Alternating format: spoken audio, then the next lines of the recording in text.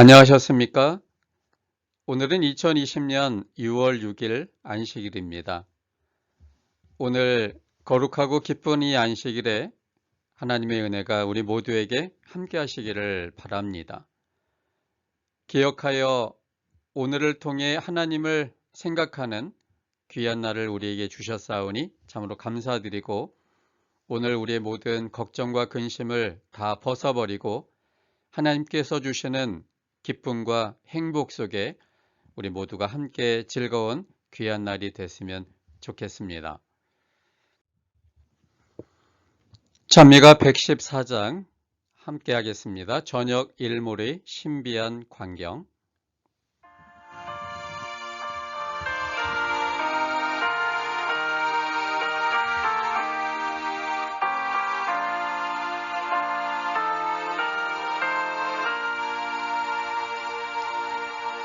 저녁 일몰의 신비한 광경,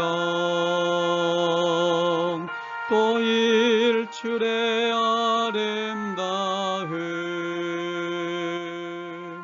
그런 모든 것보다 더 놀라운 것, 주님 날 사랑하시는 것. 오 놀라운 일, 참 신비한 사실, 주님 날 참 사랑하심.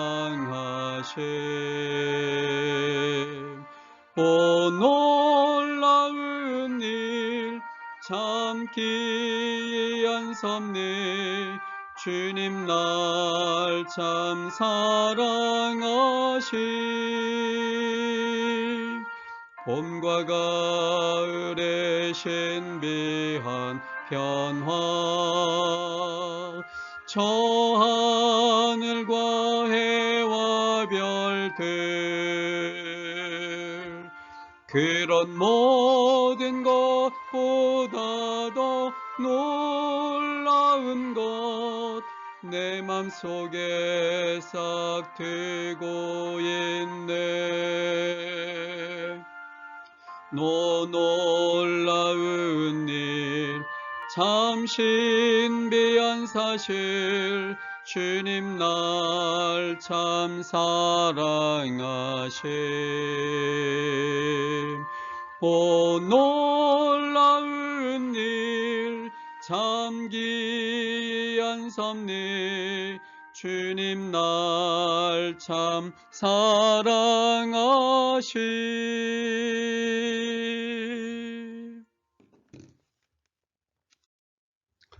함께 기도하겠습니다.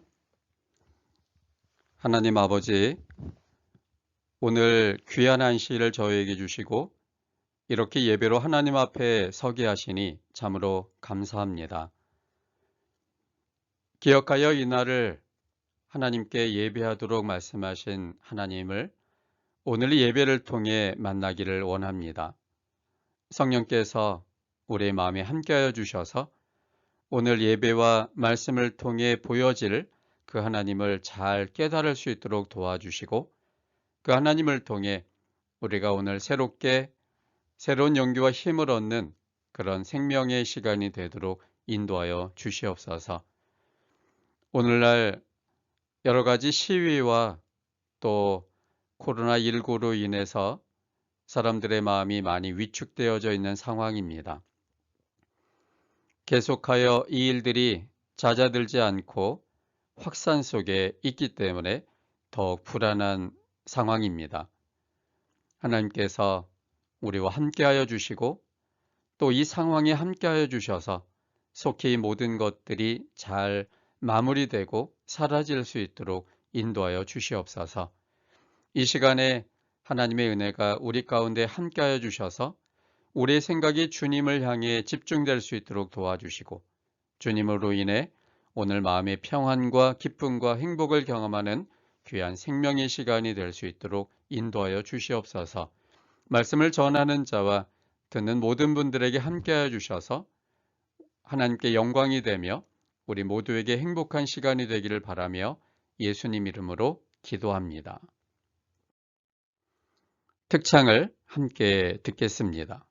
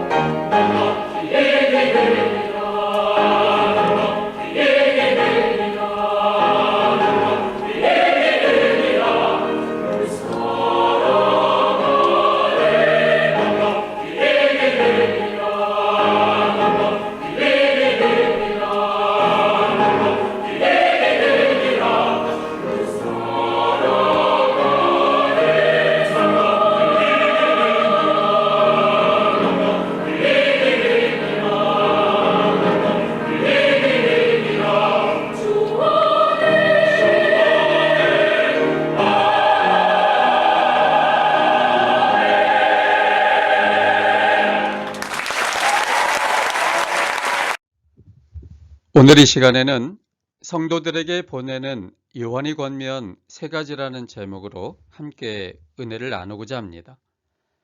본문은 요한 1서 2장 12절로 17절까지 있는 말씀입니다.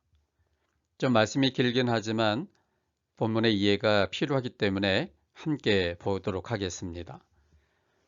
자녀들아, 내가 너희에게 쓰는 것은 너희 죄가 그의 이름으로 말미암아 사함을 얻음이요, 아비들아, 내가 너에게 쓰는 것은 너희가 태초부터 계신 이를 알미요, 청년들아, 내가 너에게 쓰는 것은 너희가 악한 자를 이기었음이니라. 아이들아, 내가 너에게 쓴 것은 너희가 아버지를 알았으며, 아비들아, 내가 너에게 쓴 것은 너희가 태초부터 계신 이를 알았으며, 청년들아, 내가 너에게 쓴 것은 너희가 강하고 하나님의 말씀이 너희 속에 거하시고 너희가 흉악한 자를 이기었음이라. 이 세상이나 세상에 있는 것들을 사랑치 말라. 누구든지 세상을 사랑하면 아버지의 사랑이 그 속에 있지 아니하니, 이는 세상에 있는 모든 것이 육신의 정욕과 안목의 정욕과 이생의 자랑이니 다 아버지께로 쫓아온 것이 아니요 세상으로 쫓아온 것이라. 이 세상도 그 정욕도 지나가되 오직 하나님의 뜻을 행하는 이는 영원히 거하느니라. 우리는 지난 시간에 성도들에게 보내는 요한의 3가지 권면 중에 첫 번째 권면을 살펴보았습니다. 그 첫째는 이 세상이나 세상에 있는 것들을 사랑치 말라는 권면이었습니다. 왜냐하면 이 세상이나 세상에 있는 모든 것들은 지나갈 것이기 때문이었습니다. 그래서 이런 것들은 사용할 것이지 사랑할 것이 아니라고 말씀드렸고, 우리가 사랑해야 될 분은 보이지는 않지만 존재하시는 우리를 창조하신 하나님이시고, 이 세상이나 이 세상에 있는 것들은 보이지만 이 모든 것들은 사랑의 대상이 아니라 사용하여 하나님을 알고 또 하나님의 뜻을 펼치는 데 사용되어야 될 것들이라고 지난 시간에 말씀을 드렸습니다. 오늘은 두 번째와 세 번째의 요한의 권면을 살펴보고자 합니다. 둘째는 아버지께로 쫓아온 것을 사랑하라는 권면입니다. 아버지께로 쫓아온 것을 사랑하라는 권면입니다. 본문은 16절 뒷부분입니다. 요한 1서 2장 16절입니다. 이는 세상에 있는 모든 것이 육신의 정욕과 안목의 정욕과 이생의 자랑이니 다 아버지께로 쫓아온 것이 아니요 세상으로 쫓아온 것이라. 요한은 이 세상에 있는 모든 것은 육신의 정욕이고 안목의 정욕이고 이생의 자랑이라고 그랬습니다. 이것들은 다 아버지께로 쫓아온 것이 아니라 세상, 즉 사단으로 인해 쫓아온 것이라고 했습니다. 이 모든 것들은 아버지께로 쫓아온 것과는 정반대의 것들임을 설명하고 있습니다. 그러므로 아버지께로 쫓아온 것이란 이 세상이나 세상에 있는 것들과는 전혀 반대의 개념인 것들입니다. 이 세상이나 세상에 있는 것들이 본질상 생명 없는 것들을 의미한다면 아버지께로 쫓아온다고 하는 것은 생명을 의미합니다. 아버지께로 쫓아온 것이 생명인 이유는 그 아버지가 바로 그 본질이 생명이기 때문입니다. 요한복음 14장 6절에 보면 예수께서 가라사대 내가 곧 길이요 진리요 생명이니 나로 말미암지 않고는 아버지께로 올 자가 없느니라 라고 말씀하셨습니다. 예수님은 자신을 가리켜서 내가 곧 생명이다 라고 말씀하셨습니다. 뿐만 아니라 아버지 하나님의 본질은 사랑입니다. 요한 1서 4장 8절에 있는 말씀에 보면 사랑하지 아니하는 자는 하나님을 알지 못하나니 이는 하나님은 사랑이심이라. 하나님은 사랑이심이라라고 기록하고 있습니다.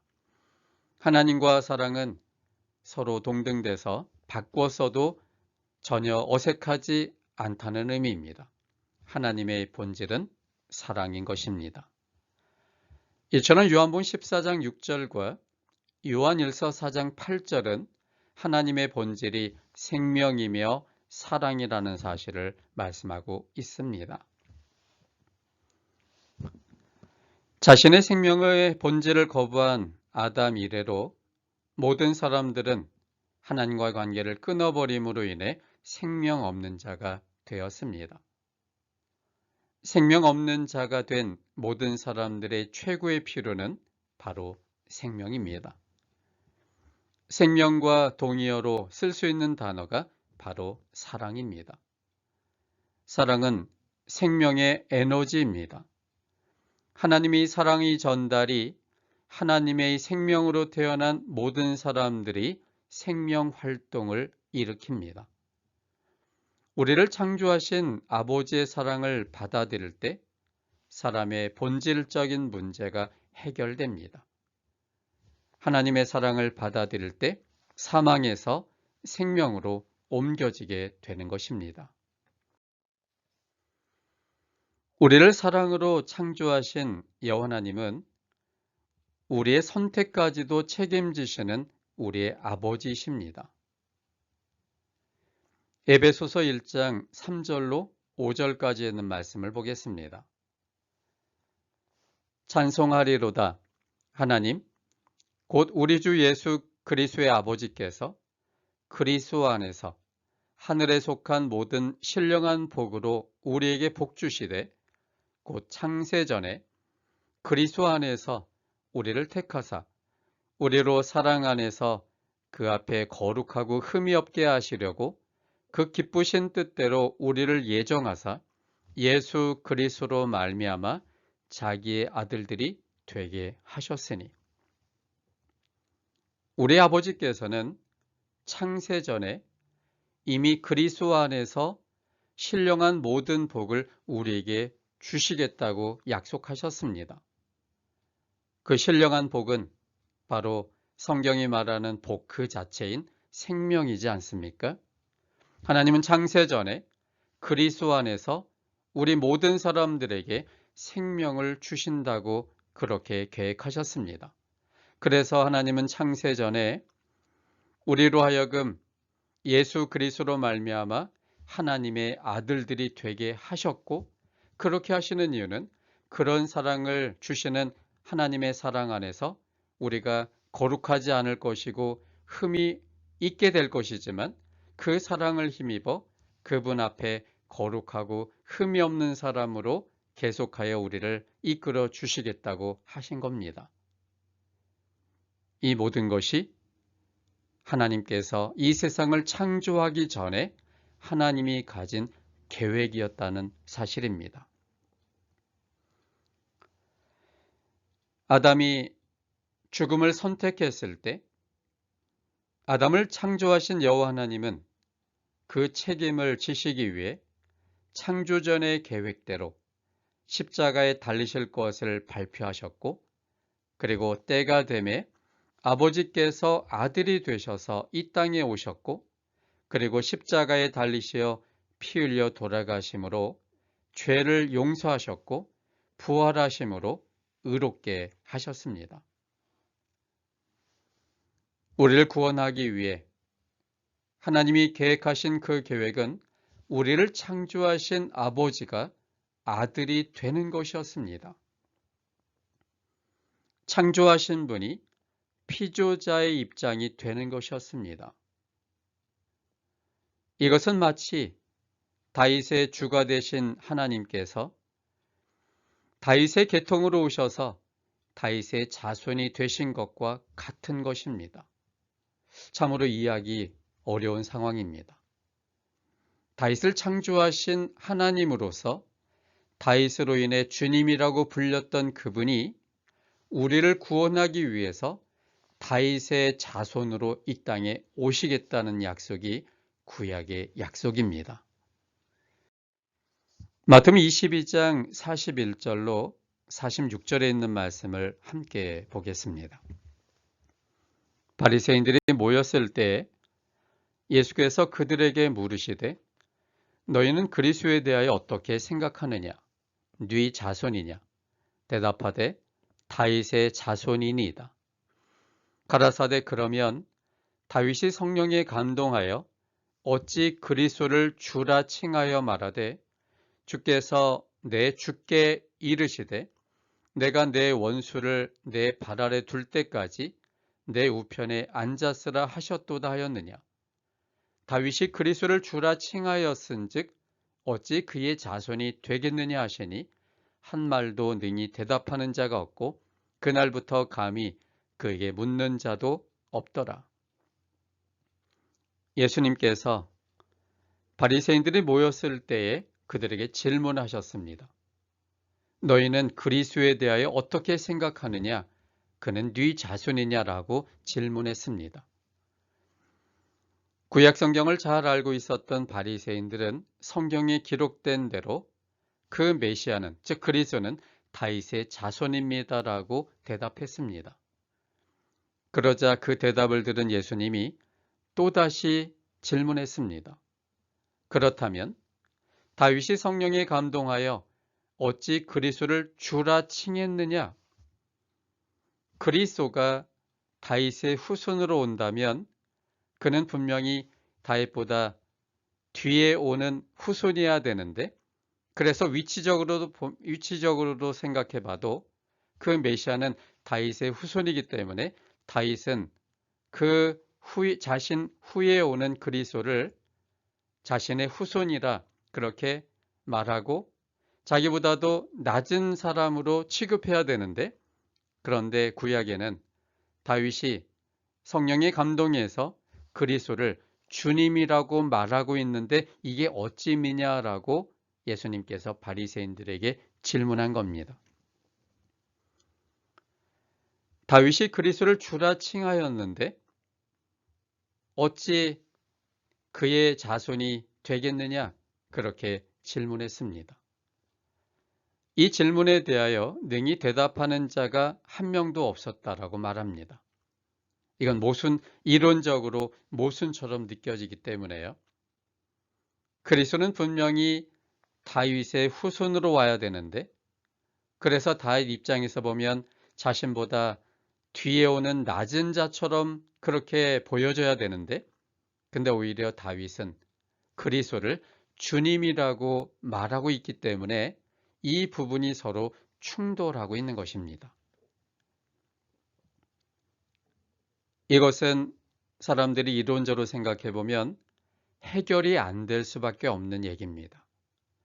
창조주가 피조물이 되는 일, 이론적으로, 상황적으로 있을 수 없는 일 아닙니까? 신분적으로 아버지였던 자가 아들로서 오시는 것, 이해하기 어렵습니다. 이해하기 어렵기 때문에 오히려 하나님의 사랑이 두드러지게 보여집니다. 우리를 구원하기 위한 하나님의 계획은 창조주시면서 우리의 죄를 위해 하나님의 아들이 되어서 이 땅에 인간으로 오시는 거였습니다. 창조주가 피조된 자의 입장에 서는 것이었습니다. 이해하기 어렵지만 무조건적 사랑을 가지신 하나님은 이 모든 것을 감당하기 위하여 그 말도 안 되는 일을 행하시는 분이셨습니다. 그러므로 예수님의 성육신은 창조주가 피조물이 된 것이고 신분도 아버지가 아들이 된 것입니다. 이처럼 있을 수 없는 일이 벌어진 유일한 이유는 하나님이 무한한 사랑, 책임지시는 사랑 때문입니다. 이러한 사랑이 우리를 창조하신 하나님이 갖고 있는 사랑입니다. 이런 하나님의 조건 없는 무조건적 절대적 사랑에 대한 확신이 바로 우리가 그분을 창조주로 우리의 구원자로 선택하는 이유가 되고 그 선택이야말로 하나님과 우리 사이를 생명으로 이어지게 하는 유일한 수단입니다. 그러므로 아버지께로 쫓아온 절대적 사랑을 주님을 통해 이해하시고 감동받으시고 그 사랑에 대하여 우리가 받아들이시고 그 사랑을 신뢰하기를 바랍니다. 아버지께로 쫓아온 절대적 사랑만이 우리의 생명이 됩니다. 이것이 오늘날 발견된 유전자 의학을 통해서 밝혀졌습니다. 우리의 몸이 유전자가 있는데 그 유전자는 뜻에 반응한다는 것입니다. 사랑의 뜻에 반응합니다. 사랑의 에너지가 올 때 우리의 유전자가 활성화되고 그리고 프로그램이 잘 작동될 환경이 만들어진다는 것입니다. 하나님의 절대적 사랑에 대한 확신이 생명으로 반응하는 것입니다. 세포 하나하나가 하나님의 절대적 사랑에 생명으로 반응합니다. 그래서 하나님의 절대적 사랑을 확신하는 것이 바로 이 과학적으로도 생명이라는 사실을 증거합니다. 우리가 이 과학을 다 알지 못한다 할지라도 하나님의 사랑이 우리로 하여금 생명력 있게 하는 생명이라는 사실을 우리는 성경을 통해 확신할 수 있습니다. 그러므로 아버지께로 쫓아온 이 사랑을 우리가 다시 한번 확신하고 아버지께로 쫓아온 것들을 사랑할 때 우리가 우리의 본질적인 가장 중요한 문제를 해결할 수 있다는 사실을 꼭 기억하셨으면 좋겠습니다. 그래서 요한은 아버지께로 쫓아온 것을 사랑하라고 우리에게 권면하고 있는 것입니다. 셋째는 오직 하나님의 뜻을 행하라는 권면입니다. 본문은 17절입니다. 요한 1서 2장 17절입니다. 이 세상도 그 정욕도 지나가되 오직 하나님의 뜻을 행하는 이는 영원히 거하느니라. 우리를 향한 하나님의 뜻은 하나님 안에서만 제대로 이해할 수 있습니다. 왜냐하면 우리들은 하나님에 의해서만 태어난 존재들이기 때문입니다. 우리를 이 땅에 태어나게 하신 목적은 하나님의 사랑의 대상이기 때문입니다. 하나님은 사랑이시기 때문에 하나님의 대상을 만들어냈습니다. 그러므로 우리들 개개인이 태어난 이유는 우리 개개인이 모두 하나님의 사랑의 대상이기 때문입니다. 그래서 우리들은 사랑받기 위해 태어난 자들입니다. 사랑받기 위해 태어난 사랑의 존재들이지만 사단의 속임수로 자신의 가치를 잊어버린 사람들을 위해 하나님은 사람들에게 우리들의 가치를 깨닫도록 이 땅에 오셨고 그것을 보여주셨습니다. 그것은 바로 십자가입니다. 하나님께서 우리 자신을 살리기 위하여 우리를 만드신 하나님께서 대신 돌아가셨습니다. 하나님에게 있어서의 우리의 가치는 하나님 자신의 생명보다도 더 소중한 것으로 생각하기 때문에 하나님은 하나님 자신의 생명을 바쳐서 우리를 살리신 것입니다. 하나님은 우리들이 하나님 안에서의 우리의 가치를 깨닫고 그 사랑의 삶을 풍성히 누리며 살기를 원하십니다. 요한복음 10장 10절에 있는 말씀입니다. 요한복음 10장 10절 내가 온 것은 양으로 생명을 얻게 하고 더 풍성히 얻게 하려는 것이라. 우리 주님께서는 우리에게 생명을 주시기 위해서 이 땅에 오셨습니다. 우리의 가치는 다른 사람들과 비교해서 제대로 깨달을 수가 없습니다. 우리를 창조하신 하나님이 우리를 어떻게 취급하시는지를 깨달을 때 우리의 진정한 가치를 깨닫게 됩니다. 우리에게 생명을 얻게 하고 그 생명을 더 풍성히 얻게 하기 위해서 우리 주님이 이 땅에 오셨고 십자가에 달려 돌아가셨습니다. 하나님께서 하나님 말씀과 계명들을 우리들에게 주신 이유가 무엇일까요? 세 가지 정도의 이유가 있습니다. 첫째 이유는 우리의 행복을 위해서 주신 것입니다. 신명기 10장 13절에 있는 말씀입니다. 내가 오늘날 내 행복을 위하여 내게 명하는 여호와의 명령과 규례를 지킬 것이 아니냐. 여호와의 명령과 규례를 주시는 이유는 우리의 행복을 위해서라고 기록하고 있습니다. 그런데 어찌 보면 이 말씀이 약간 모순을 갖는 것처럼 보입니다. 하나님의 명령, 그것은 결코 우리를 행복하게 하는 것이 아니기 때문입니다. 우리의 행복을 위해서 하나님께서 계명과 말씀을 주셨는데 하나님이 명령이라고 하는 그 말이 이것과 잘 어울리지가 않습니다. 그래서 하나님의 명령은 하나님께서 그 일을 이루겠다는 약속인 것입니다. 이것은 마치 엄마가 아기에게 젖 먹어라 이렇게 말하면서 젖을 아기의 입에 물리는 것과 똑같은 이치입니다. 하나님께서는 우리에게 명령하시는 분이 아니라 이 명령이라고 말한 그 내용을 우리가 스스로 할 수 없기 때문에 우리를 통해 이루겠다고 약속해 주시는 분입니다.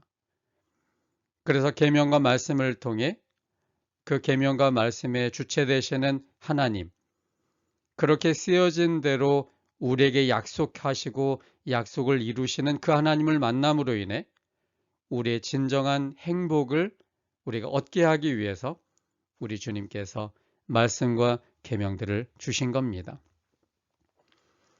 하나님의 말씀과 계명을 주신 두 번째 이유는 생명에 이르게 하기 위해서 주신 겁니다.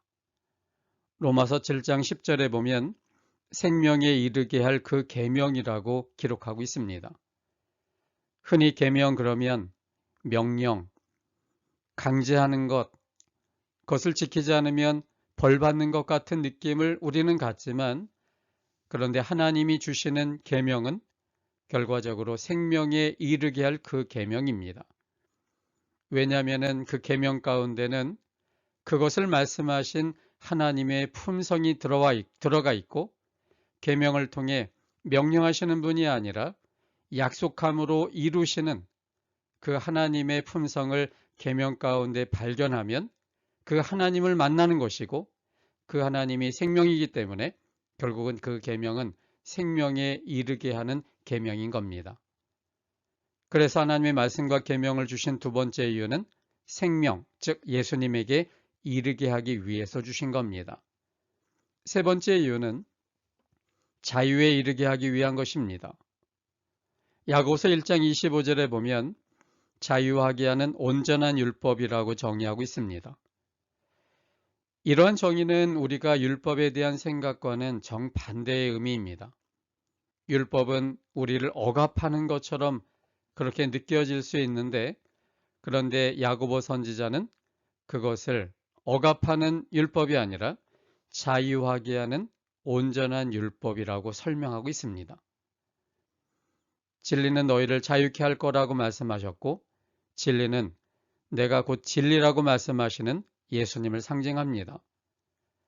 결국은 하나님의 말씀과 계명들을 주시는 이유는 자유에 이르게 하기 위한 건데 그것은 바로 진리이며 예수님에게 이르게 하는 목적이 바로 하나님의 말씀과 계명을 주신 이유인 것입니다. 그러므로 하나님의 말씀 속에서 하나님이 우리에 대한 사랑을 확신하고 하나님이 계명 속에서 하나님이 우리에 대한 사랑을 확신해야 합니다. 자칫 오해하여 말씀과 계명을 구속적인 것으로, 억압하는 것으로, 명령하는 것으로 이해하면 우리는 하나님의 사랑을 확신하기가 어렵게 될 겁니다. 그러나 계명 속에서, 말씀 속에서 하나님의 사랑을 확신하게 되면 그 사랑의 감동이 결과적으로는 하나님 말씀 속에 살기를 원하게 만들고 계명을 지키기를 원하게 만드는 것입니다. 하나님의 마음으로 말씀과 계명을 볼 때 하나님이 우리에 대한 사랑을 확신할 수가 있습니다. 그래서 하나님 말씀을 우리가 잘 읽어내야 합니다. 누가복음 10장 26절에는 예수님께서 이렇게 말씀하셨습니다. 율법에 무엇이라 기록되었으며 내가 어떻게 읽느냐. 특별히 어떻게 읽느냐의 문제가 하나님의 말씀을 대하는 아주 중요한 부분이 되겠습니다. 잘못 이해하면, 잘못 읽으면 성경을 통해 하나님을 오해할 수가 있고 하나님을 굉장히 무서워할 수 있습니다. 하나님을 무서워하게 되면 마음으로 하나님을 우리의 주님으로 선택하게 하지를 못합니다. 주님께서 우리의 마음에 주인으로 오시지 못하는 가운데 그분이 무섭기만 하면 내 힘으로, 내 의지대로 어떻게든 그 무서운 하나님의 무서움을 피하기 위하여 최선의 노력을 다 기울여서 율법을 지키려고 합니다. 그러나 그것이 생명에 이르게 할 계명이며 자유케 하는 온전한 율법인데 그렇게 정의하는 순간 율법은 생명도 되지 못하고 자유함도 주지 못하게 됩니다. 결국 하나님과 상관없이 그것은 하나님은 이 율법을 통해, 말씀을 통해 하나님과의 관계 속에 생명이 이어지기를 원하셨는데 그런데 이것을 잘못 읽으면 계속하여 하나님과 멀어질 수밖에 없는 그러한 삶이 되어버리고 맙니다. 마태복음 22장 29절에는 예수께서 대답하여 가라사대 너희가 성경도 하나님의 능력도 알지 못하는 거로 오해하였다라고 말씀하셨습니다. 성경을 오해할 수 있다는 사실입니다. 성경이 예수님에 대하여 증거하고 예수님은 사랑인데 성경에 쓰여진 내용들을 글자로 보면 하나님이 사랑인 것처럼 느껴지지 않은 부분이 상당수가 있게 됩니다. 그래서 글자로만 보면 성경을 오해할 수 있기 때문에 오해하면 결과적으로 우리에 대한 하나님의 사랑을 확신할 수가 없게 되고 그것은 생명으로 연결되지 못하게 하는 것입니다. 그래서 우리는 성령의 조명함을 통해 하나님의 마음으로 말씀과 계명을 볼 수 있어야 되고 그럴 때 그 성경을 통해 또 계명을 통해 하나님의 우리에 대한 사랑을 확신할 수가 있게 됩니다. 하나님의 우리에 대한 사랑을 말씀 속에서 확신할 때 하나님의 뜻과 요구가 우리들에게 부담으로서 다가오지 않고 사랑과 생명으로 다가옵니다. 그리고 그것들을 행할 수 있는 능력이 주님의 사랑의 능력 속에서 나타나게 됩니다. 그래서 하나님을 사랑하게 되면 즐겨 주님을 따라가게 되고 그래서 주님께서 원하시는 길을 내가 선택하며 따라감으로 그것이야말로 율법과 계명과 하나님 말씀을 지켜나가는 성도의 모습이 되는 것입니다. 데살로니가전서 5장 16절과 17절, 18절에 있는 말씀을 보시겠습니다. 항상 기뻐하라. 쉬지 말고 기도하라. 범사에 감사하라. 이는 그리스도 예수 안에서 너희를 향하신 하나님의 뜻이니라. 다 명령치이지 않습니까? 기뻐하라, 기도하라, 감사하라. 그런데 항상 기뻐하고 쉬지 말고 기도하며 범사에 감사하는 일은 우리 스스로의 힘으로는 할 수 없는 일입니다.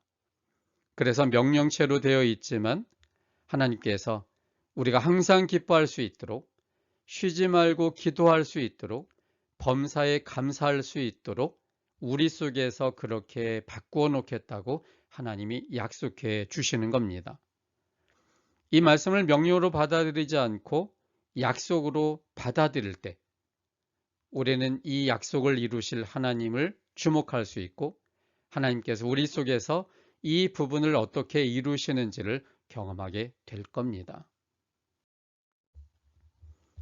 하나님의 기쁘신 뜻은 우리들이 하나님의 아들들이 되는 것입니다. 에베소서 1장 5절에 보면 그 기쁘신 뜻대로 자기의 아들들이 되게 하셨다 그랬습니다. 우리가 사단의 자녀로부터 이제 하나님의 사랑을 받아들여 주님을 선택함으로 하나님의 자녀가 되는 것, 그것이 하나님의 기쁘신 뜻입니다. 이 일은 하나님의 마음을 확신할 때 이루어집니다. 하나님의 아버지적 절대적 사랑을 확신할 때 그리스도 안에서 이루어지는 내용들입니다. 하나님의 사랑받는 자녀들로서 하나님의 사랑을 드러내는 사람들이 되시기를 바랍니다.